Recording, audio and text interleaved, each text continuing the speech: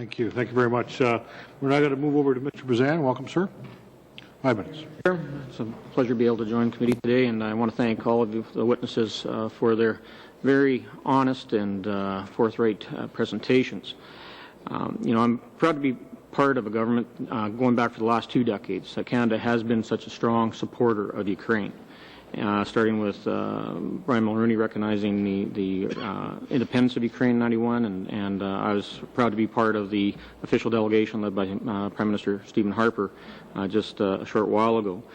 And of course, Parliament and the government supported my bill to recognize the Holodomor as a genocide.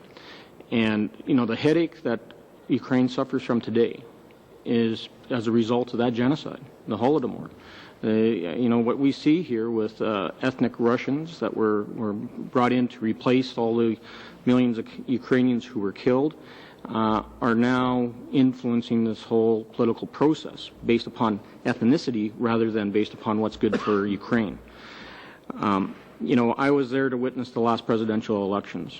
I was in Belosudka, I was in Kiev, and saw some of the shenanigans that were being played out. And I was shocked, along with many of my fellow people from the Ukrainian community are here today, with somehow how that election process played out. There was, there's a lack of accountability. There's no transparency on who gets on the deputies list. I was looking forward to some of these reforms, especially with having more direct representation. But the way it's been presented and the way it's going forward, you have to question the constitutionality of the whole process. And I was there with the Prime Minister and along with our colleagues in the back of the room here, who witnessed how the press has already been brought underneath the thumb of the Yanukovich regime. That essentially when Prime Minister Harper and our group was moving, from the tomb of the unknown soldier, making a presentation of the wreath at the memorial there, and then walked a very short distance to the Holodomor memorial site. The local media left.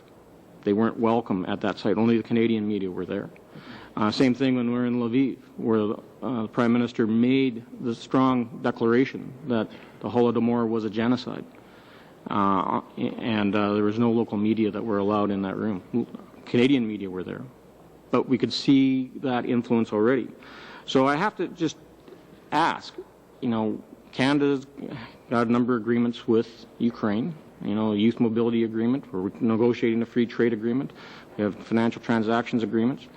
I know where League Ukrainian Canadians stand on wanting to keep engagement. And I guess my question is to our witnesses here is, we're complaining about the actions that have been taken in relation to freedom of press, to human rights, to a free and open democratic process, but yet everybody's saying no sanctions.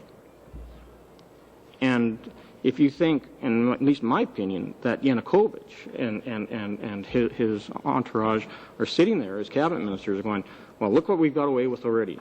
We got Timoshenko in jail. We got Lutsenko in jail. Look who else we can throw in. We're going to take away all our political opposition. We're going to take away freedom of the press. We're going to take away individual rights and freedoms. And nobody's saying anything. I say if we don't take sanctions, you're rewarding them.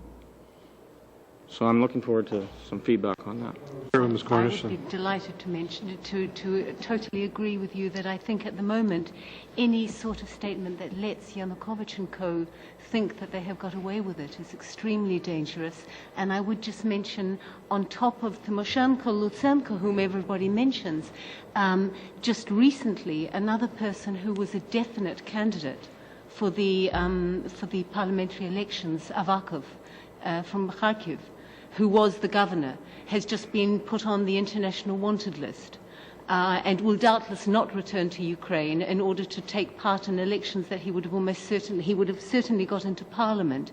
Now, if that is the way they are going to fight the elections, then clearly engagement is a problem, and yes, perhaps sanctions of some sort are needed. The only problem with sanctions is that, my feeling is that sanctions must target the right people.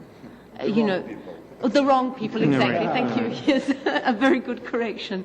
The wrong people must be targeted, and targeted hard, rather than simply going for the judge who, I mean, yes, I mean, we know from Nuremberg that obeying orders is bad, but I mean, on the other hand, if we know that, for example, the people who passed the sentences against Tymoshenko, against Lutsenko were taking orders, were carrying out orders, then just as with the murder of Gongadze, we must actually approach sanctions that will hurt those people, the people who give the orders.